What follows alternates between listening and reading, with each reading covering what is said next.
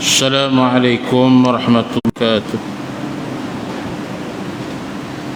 الحمد لله رب العالمين، الصلاة والسلام على رسول الأمين وعلى آله وصحبه أجمعين. اشرح لي صدري ويسر لي أمري واحلل عقدة من لساني يفقه قولي. أما بعد، أعوذ بالله من الشيطان الرجيم. فذكر فإن الذكرى تنفع المؤمنين.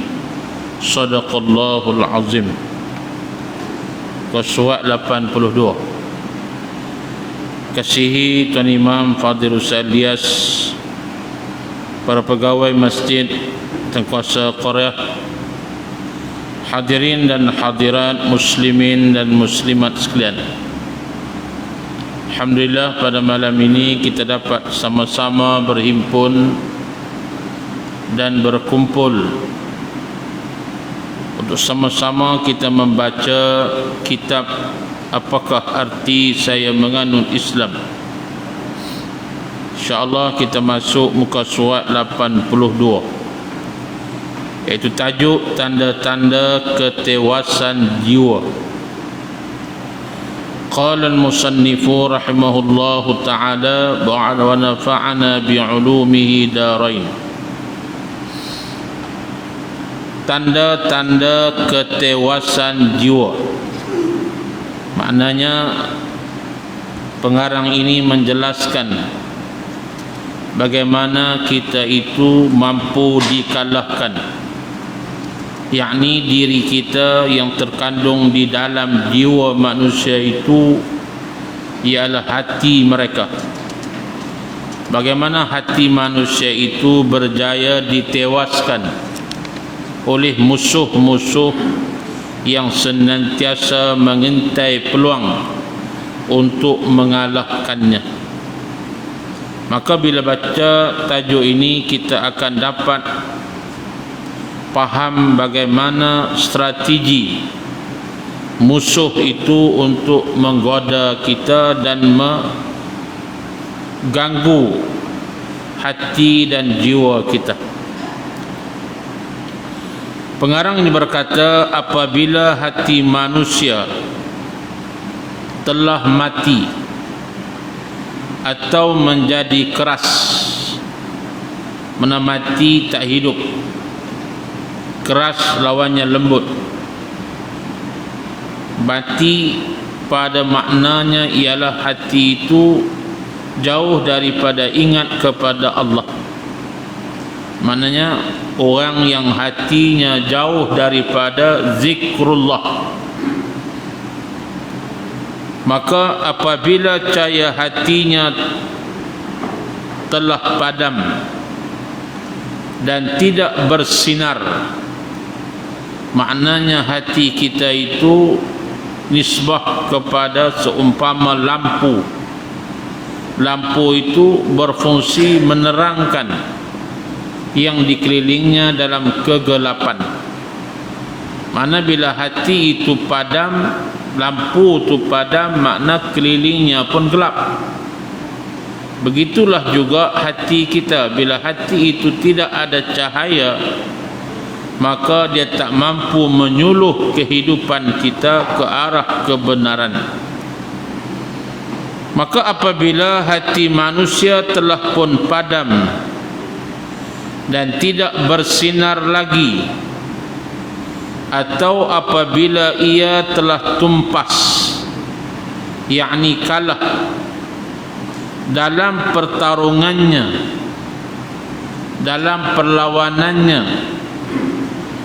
Lawan dengan siapa? Menghadapi syaitan. Nah, ini musuh kita. Inna syaitana lakum adu fattakhidhuhu aduwa. Sesungguhnya syaitan itu musuh kamu, hendaklah kamu menganggapnya musuh. Pasal apa? Pasal dia berjanji akan memesongkan manusia, maka kerjanya siang malam untuk menghancurkan manusia. Maka apabila manusia kalah dalam pertarungan berhadapan dengan syaitan, maka terbukalah pintu-pintu masuk segala kejahatan, terutamanya di dalam dirinya. Bila syaitan berjaya menguasai dirinya, maka ia, yakni syaitan itu meresap ke dalam diri anak Adam sebagaimana pengaliran darah dalam tubuhnya. Kita boleh bayangkan syaitan tu pi sekali dengan darah dalam badan kita, yang mana pastilah dia boleh kontrol kita. Ini kerja yang kita tak nampak dengan masa kasar. Tak boleh dia pergi suluh, nak guna alat yang paling canggih pun tak jumpa syaitan duk tang mana. Pi buat MRI MRI apa, pi scan di KMC bayar beribu, tak jumpa. Tak ada alat dan teknologi yang nampak. Yang nampak benda lain. Syaitan tak jumpa duk tak mana. Tapi ada pasal apa? Allah dan Nabi sebut. Allah sebut dan Nabi sebut. Kita beriman, maka kita kena yakin ada. Sebenarnya apabila benteng pertahanan, yakni kekuatan kita, kekuatan dalaman kita lemah dan kekuatan manusia telah runtuh, kita tak mampu nak menghalang daripada syaitan itu, maka syaitan itu akan kembali menjadi teman karibnya. Mana syaitan duduk sekali dengan kita dan akan menggoda kita. Seperti mana firman Allah, istahwadha alaihimus syaitanu fa'ansahum dzikrallah, fa'ansahum dzikrallah. Syaitan itu telah menguasai mereka, lalu fa'ansahum dzikrallah. Cam, tanda kata syaitan itu menguasai kita, apa dia? Tandanya ialah kita lupa kepada Allah. Zikrullah mana lupa Tuhan. Orang azan dia tak peduli, orang ajak buat baik dia tak peduli, orang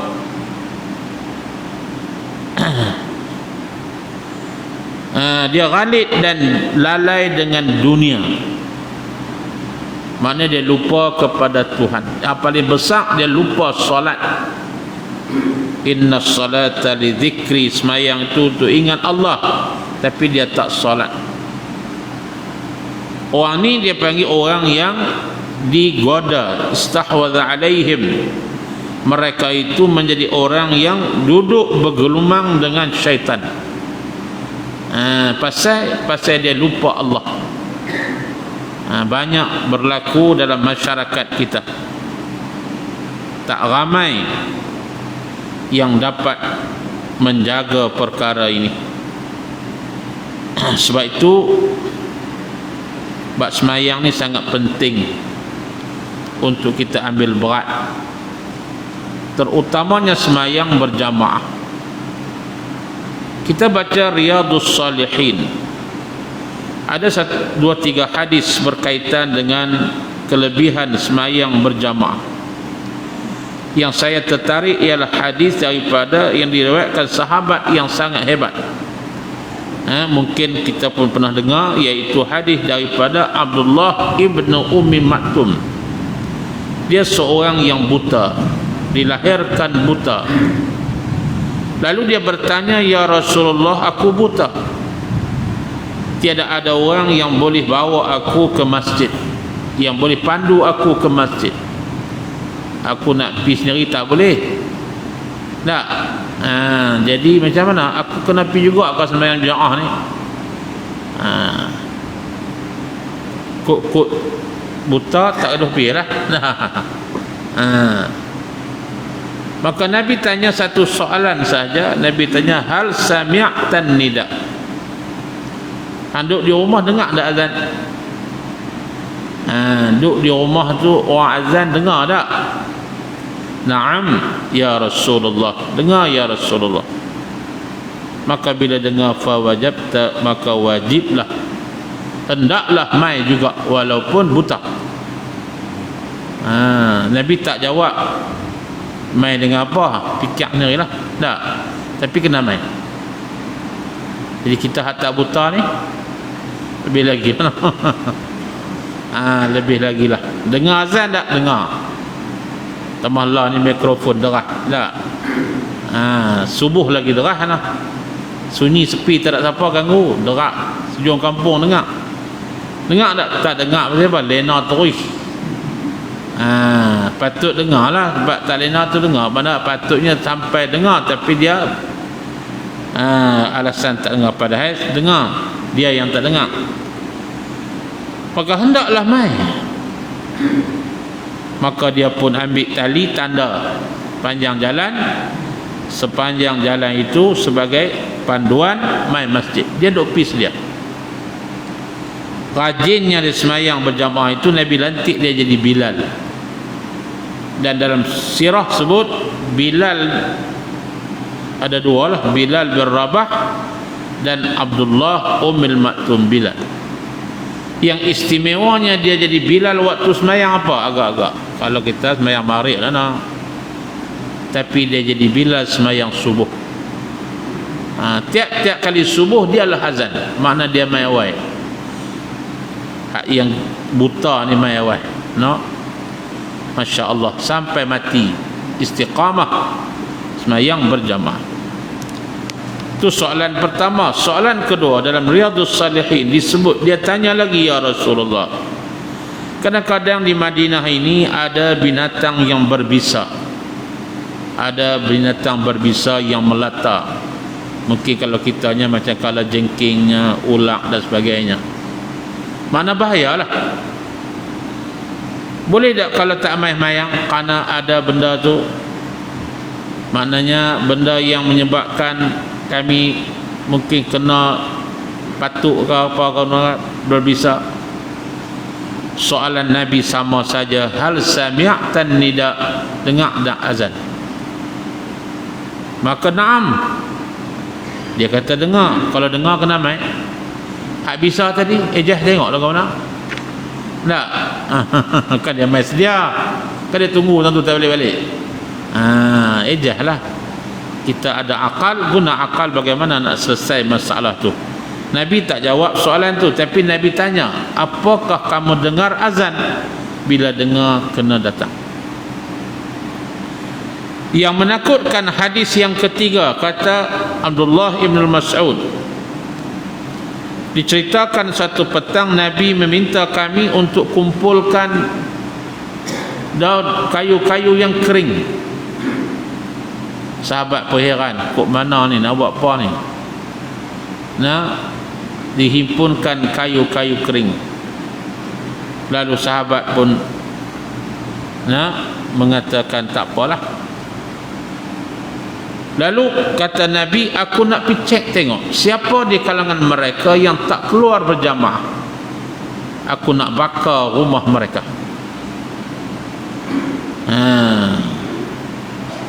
Aku nak bakar rumah orang yang tak main jemaah ni. Akhirnya Allah masuk kata, orang-orang mukmin semuanya keluar berjamaah, melainkan di kalangan kami itu orang-orang munafik.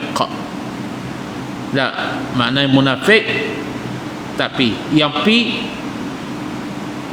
semuanya mukmin. Panduannya yang tak mukmin itu mereka yang munafik. Pahamnya seolah-olah hak tak sembahyang berjemaah ni bukan orang mukmin yang sebenarnya. Mengikut faham daripada hadis itu, Nah, Nabi sangat-sangat menekankan perlunya berjamaah, sehingga kata ulama, sunnah yang sangat besar, yang sangat afdal, yang sangat dituntut, sunnah Nabi ini. Bila kita kata kasih kat Nabi, maulud Nabi, kasih itu tanda dia apa dia? Buat benda yang Nabi paling kasih. Apa dia yang paling Nabi kasih? Antara kata ulama ialah salatul jamaah, sembahyang secara berjamaah. Makna itu kelebihan dan juga amalan yang sangat dituntut supaya kita dikasihi oleh Rasulullah sallallahu alaihi wasallam. Tapi nak boleh ke mai tu dia kena lawan syaitan lah. Ini gangguan kita. Bila kawan syaitan, syaitan buat alasan. Tak boleh hujan lebat dia kata. Tak boleh orang nak main rumah. Tak boleh gini-gini. Tak boleh sedia. Tak boleh tak tahu apa dia. Semua tak boleh. Pasal apa? Syaitan dia ganggu, dia bagi panduan, dia punya alasan yang tidak munasabah. Pada kita logik, sebenarnya tak logik, boleh aja, tapi dia buat macam-macam. Sebab apa? Dalam dirinya ada syaitan yang menguasainya. Itu gangguan. Sebab itu kita jangan bagi syaitan kuasai kita. Inilah kandungan maksud yang dibayangkan oleh Al-Quran yang menyatakan A'udzu billahi minasy syaithanir rajim. Qala fabima aghwaytani la'aq'udanna lahum siratakal mustaqim ثم لآتينهم من بين أيديهم ومن خلفهم. Ini Iblis berkata, oleh kerana engkau telah menghukum aku sesat, kata Iblis. Pasal syaitan, Iblis ni disesatkan. Sesat. Nah, Allah murka kerana dia sesat, kerana dia mengingkar, tak mau tunduk pada Nabi Adam, dia lawan Tuhan. Maka aku akan menghalangi mereka. Syaitan janji, dia bukan buat kerja menghalangi orang-orang manusia ini daripada jalan engkau yang lurus. Kemudian aku akan mendatangi mereka daripada sebelah hadapan, belakang, kanan dan kiri mereka. Aku akan masuk, aku akan ganggu, aku akan kacau anak cucu Adam ini daripada keliling. Mereka akan tergoda dengan aku. Itu janji dia, dan dia akan buat sampailah kiamat.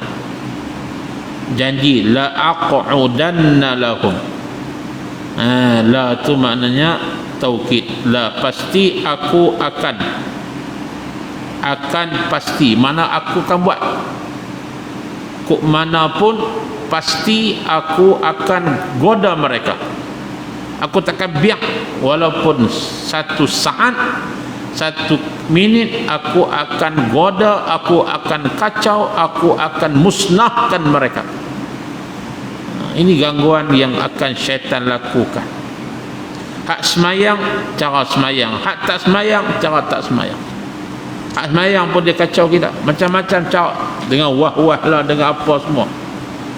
Kemudian dia ganggu hati kita. Mayang dah jadi riak, jadi jadi sum'ah, jadi ujub, macam-macam dia ganggu. Makna dia tak putus asa menggoda kita. Sebenarnya selain dari penyakit di atas, terdapat satu penyakit yang paling berbahaya, iaitulah penyakit was-was. Syaitan menyebabkan mereka merasa was-was dalam setiap urusan hidup mereka, dengan tujuan memesongkan mereka dari jalan Allah. Dia bagi kita ragu. Aku ni duduk semayang lama dah, tapi susah. Jiran aku tak pernah semayang, kaya. Mula-mula tak, dia mula main ganggu kepala kita. Aku ikut halal haram, hak kawan aku tak ikut. Allah bagi nikmat kat dia, senang hidup dia nak. Kita duk banding dengan orang lain. Syaitan tu, dia bagi kita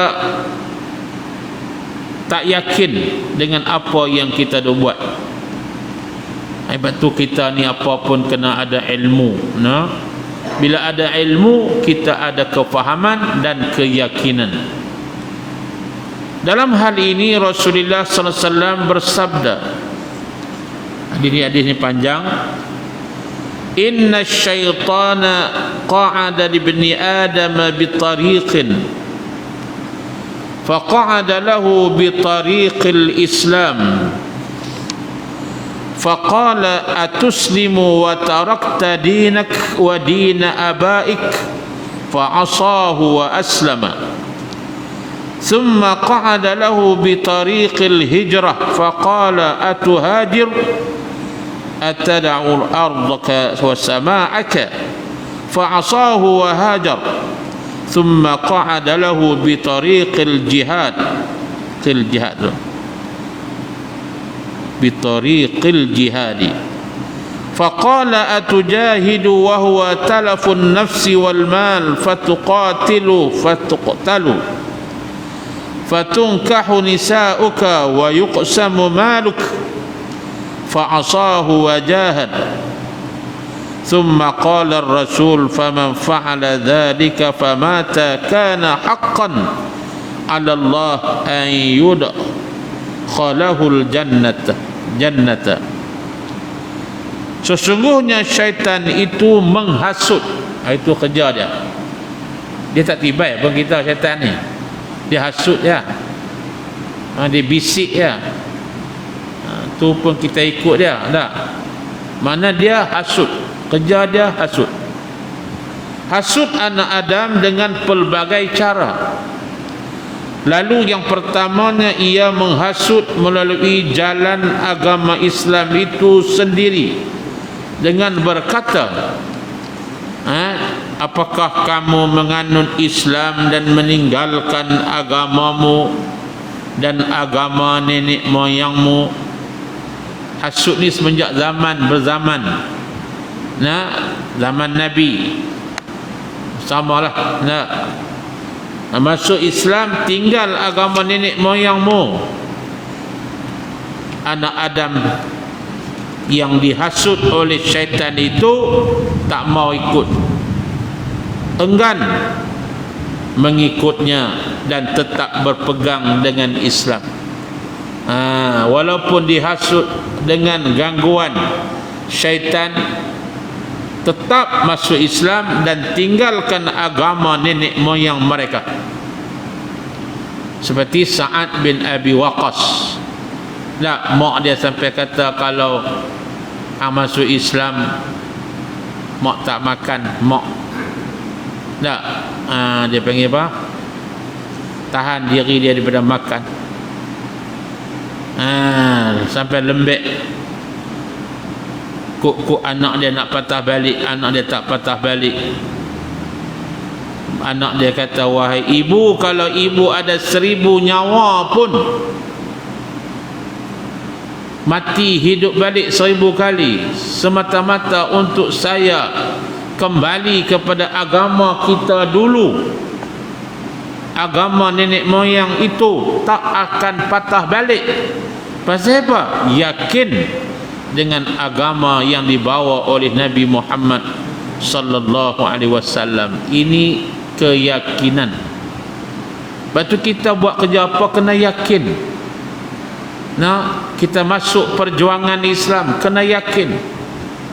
Semua tu bina atas kefahaman ilmu. Tak ada siapa boleh mewahwaskan kita.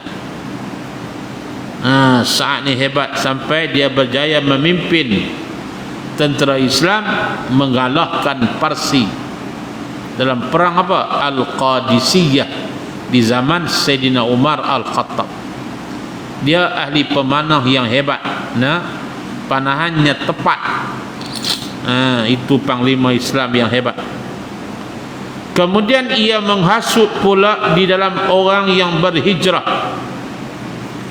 Lalu ia berkata, adakah kamu ingin berhijrah meninggalkan tanah air dan meninggalkan kampung halamanmu? Tinggal kampung halaman pi hijrah. Daripada Mekah ke Madinah, tinggal kampung halaman. Macam kita lah setengah tu nak hijrah, nak pergi duduk pondok tak? Nak mengaji duduk kampung tak jadi. Dia kata bang pun tak apa, dengar pun jauh, tak apalah, nak berubah, nak jadi baik. Mungkin setengah tu dia berhijrah duduk pondok. Memang akan ada orang kata duduk pondok nak makan apa dia lah. Rupanya kaya pada hak tak duduk pondok.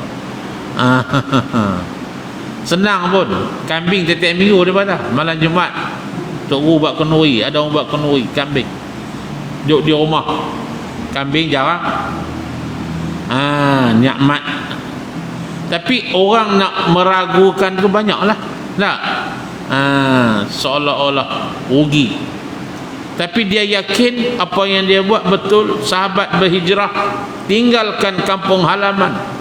Abdul Rahman bin Auf dan sebagainya yang dah berjaya di kota Mekah, hartanya banyak, tinggal segala apa yang ada, perniagaan dan sebagainya, tinggal pi Madinah, mula balik kehidupan baru, malah kaya juga. Pasal apa? Yakin dengan apa yang diperintahkan oleh Allah Subhanahu wa ta'ala. Maka mereka berjaya melawan ajakan syaitan tu. Syaitan pun tak boleh buat apa juga. Kemudian syaitan jumpa orang yang nak berjihad di jalan Allah. Dia berkata, adakah engkau ingin berjihad sedangkan jihad itu membinasakan jiwa dan harta benda kau? Kalau hampa berjihad, jihad ni perang, perang ni mati tu. Tinggal anak pinak, tinggal isteri dan sebagainya.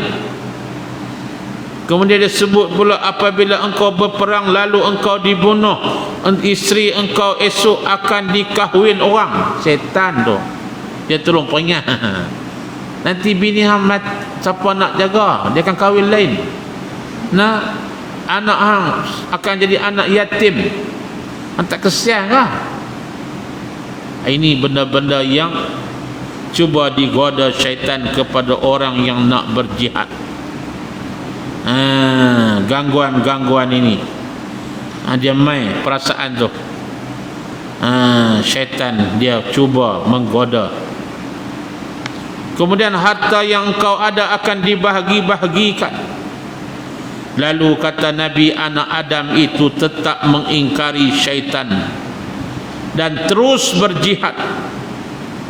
Maknanya anak Adam tadi dia tak peduli. Syaitan duk goda dia, bini nanti orang lari, bini nanti kahwin dengan orang lain, anak nanti jadi anak yatim dan sebagainya. Dia tak ikut godaan syaitan itu. Dia yakin sebab jihad ni tuntutan, tanggungjawab untuk jaga agama. Allah suruh, maka aku berjihad di jalan Allah dengan penuh keyakinan. Maka Nabi bersabda, barang siapa yang bersikap sedemikian, kemudian dia mati, maka adalah hak Allah Subhanahu wa ta'ala memasukkannya ke dalam syurga. Dia yakin itulah syurga. Kemarin dan hari ini kita mendapat berita yang sangat dahsyat. Israel mengisytiharkan perang dengan penduduk Gaza. Perang, tuan-tuan, perang. Dia bila perang ni macam-macam lah. Setakat tadi operator dah meninggal. Yang hebatnya, tentangan sangat hebat. Pihak Hamas pun berjaya dengan teknologi yang mereka reka sendiri. Ratus juga yang mati di kalangan Zionis, berbalas tembakan. Kita tengok dalam Telegram Nadir An-Nuri, Cakap petang tadi lebih kurang 200 lebih 300 di kalangan yang syahid di Gaza. Dan dia kata yang terbaru bom tu dekat rumah dia. Nadir An-Nuri, pelajar orang Malaysia yang kahwin orang Palestin, dekat dengan rumah dia. Hak terbaru bom satu dewan dekat dengan rumah dia. Boleh bayangkan, dia sebelah macam kita Kedah dengan Perlis ya. Dia berlawan tembakan. Dan Israel pun dah isytiharkan perang. Dia akan keluar senjata, wallahu alam lah. Dia akan berlarutan berapa hari tak tahu. Tapi hebatnya tentera Qassam, tentera Hamas, berjaya masuk ke kawasan di sebelah Israel tu dan berjaya menangkap tentera-tentera Zionis. Hebat. Kita tengok pemuda-pemuda mereka ni hebat. Macam tadilah, maknanya mereka tak takut, hanya takut pada Allah. Sebab itulah Zionis ni dia takut, dia bimbang. Sebab itulah benda ni bila berlaku, kita sama-sama berdoa mudahan Allah memberikan pertolongan.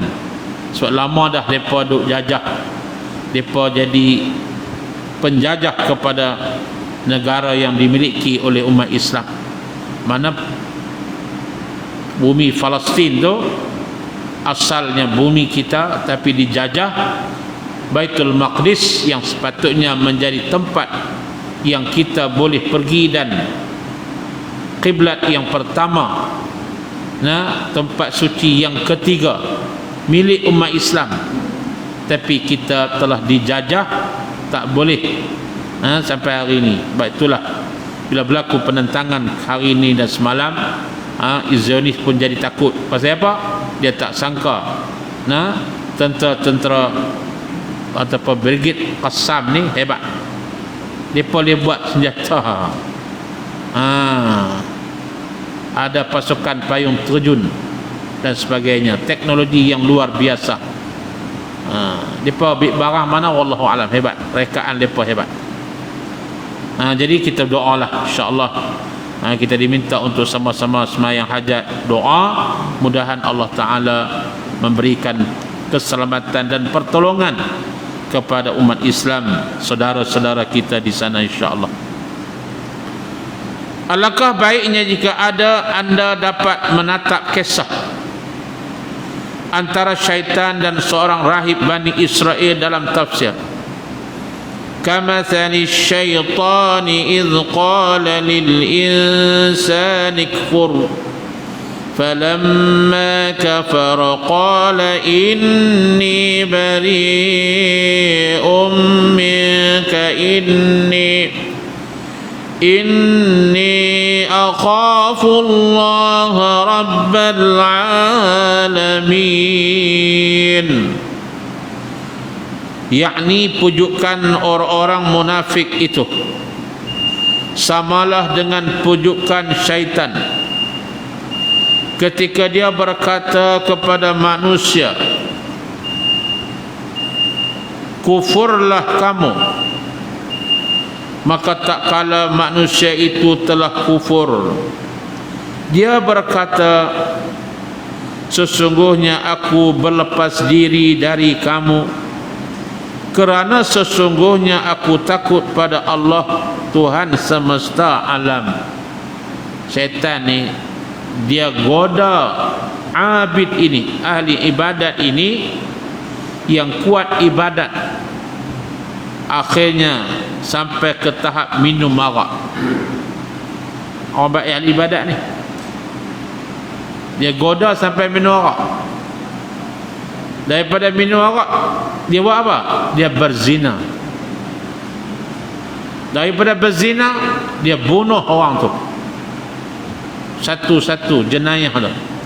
Minum arak, berzina, bunuh. Bila bunuh sampai tahap akhirnya syaitan selewengkan hatinya sehingga dia kafir. Mula dengan ahli ibadah. Dalam tafsir cerita panjang kisah ni. Maknanya kita tengok bagaimana daripada awal skrip cerita tu, ahli ibadah ni berjaya digoda oleh syaitan. Jadi persoalannya bagaimana? Puncanya pertama ilmu. Ibadat kena ada ilmu. Nah, al-abid, al-alim. Beza orang alim yang beribadat dengan ahli ibadat yang beribadat tak ada ilmu. Dia tak sama. Kita ibadat siang malam ilmu tak ada, ahli ilmu dia tidur kita, pahala dia lebih banyak pada kita. Dia ada ilmu. Ibadat dia tak sama dengan ahli ibadat orang yang tak ada ilmu. Sebab itulah yarfa'illahu alladhina amanu minkum walladhina utul ilma darajat. Diangkat martabat orang yang ada ilmu daripada orang yang tak ada ilmu beberapa darajat. Mana di sisi Allah sangat tinggi orang ada ilmu ni. Pasal apa? Bila ada ilmu dia kenal mana satu syaitan, mana satu orang soleh. Syaitan boleh berupa macam-macam. Dia tengok palung tu ibadat, oh rajinnya, aku rajin dah, tengok kawan tu rajin lagi. Akhir tanya, hang rajin, hang buat apa, lagu mana tu, cara mana? Dia mula cerita sampai dia pun terpesona. Akhirnya masuk perangkap dia. Mana syaitan tadi dia berupa jadi ahli ibadat juga. Ini syaitan, dia akan buat ikut macam mana dia nak goda kita, dia akan ikut macam mana, masuk ke mana, supaya kita jadi ghalib dan lalai. Baik itu kata Sayyidina Umar, innama ural islami urwatan man nasha'a fil islami la ya'riful jahiliyah. Kata Sayyidina Umar, sesungguhnya ikatan Islam itu akan terungkai pada kita. Islam ni, amalan Islam, cara hidup Islam dalam diri kita dan keluarga kita akan terburai, akan terungkai, akan terpisah daripada kita bila kita hidup tetapi kita tak kenal jahiliah tu apa dia, maksiat tu apa, tang mana, mungkar tu di mana. Tambah hari ni orang kata istilah-istilah mai kerajaan baru, istilah baru. Istilah tu kita faham tentang apa, makna dia kok mana ni, yang nak bawa pergi ke mana ni, kita ni nak pergi mana, kena faham. Nak bawa kepada yang Allah suka ataupun yang Allah murka, kena tengok dulu, kena cek dulu. Tambah hari ini kita hidup dengan suasana yang pelbagai watak manusia, maka kita kenal manusia itu sama ada ia bersifat amal jahiliyah ataupun sebaliknya. Kerja yang dia buat tu kerja jahiliyah ke kerja yang baik, yang Allah suka ke yang Allah tak suka. Nak tahu benda tu kena mengaji, kena belajar, kena ikut syarak kata apa. Biar kita warak dan berhati-hati dalam menentukan sikap kita. Sikap ni maknanya pendirian kita. Baitulah doa kita siang malam, Allahumma arinal haqqa haqqa warzuqna tiba'ah. Ya Allah, berilah yang benar itu kami nampak benar supaya kami ikut yang benar, yang batil kami nampak batil supaya kami jauhkan kebatilan itu. Inilah apa panggil doa kita siang malam. Sebab hari ini kadang-kadang yang batil dengan tak batil tu nampak nak lebih kurang. Itulah kita kena berhati-hati dan cermat supaya kita tak terbabas. Lebih-lebih lagi kita ini jauh daripada Nabi sallallahu alaihi wasallam. Akhir sekali satu peringatan, pernah Nabi menceritakan kepada sahabatnya sebagai ulang kaji. Nabi kata, aku ingin berjumpa dengan orang yang aku kasih. Para sahabat bertanya, ya Rasulullah, ada lagikah orang yang kau kasih selain daripada kami? Kami ini duduk dengan kamu siang malam, berperang dengan kamu, berjihad dengan kamu. Nabi kata, ya, siapa? Mereka itu beriman kepada aku, mereka tak pernah pun jumpa aku, mereka beramal dengan sunnahku, mereka pun tak pernah jumpa dengan aku. Itulah orang yang aku kasih dan sayang. Kita lah kalau boleh kita nak masuk dalam kelompok itu. Tak pernah jumpa Nabi tapi beramal dengan sunnah Nabi. Tak pernah jumpa Nabi tapi kita sayang perjuangan Nabi. Tak pernah jumpa Nabi tapi kita perjuangkan perjuangan Nabi. InsyaAllah kita termasuk dalam kelompok orang yang Nabi kasih, seperti mana Nabi kasih kepada para sahabatnya, Nabi kasih kepada umatnya, yang sayang kepada perjuangannya, yang beramal dengan sunnah kehidupannya. Dan di antara yang paling penting yang Nabi tinggalkan kepada kita pusakanya ialah Al-Quranul Karim. Batulah kata Qadhi Iyad, antara pusaka yang Nabi tinggal yang sangat penting untuk kita tatapi dan dampingi adalah Al-Quranul Karim, yang insya-Allah kita selalu baca, selalu talaah dan cuba fahamkan siang dan malam. insya-Allah dalam kitab Abrul Athir dia sebut sekurangnya satu hari satu malam 100 ayat. Kalau boleh lah 100 ayat boleh. Malam ni kita baca surah Tabar 30 ayat kan, cari 70 tak? Kalau dah baca tak apalah. Daripada pagi tadi sampai malam sebelum tidur 100 ayat paling kurang. Kita istiqamah. 7 hari 700 ayat, seminggu 700. Kalau rajin lebih lagi lah.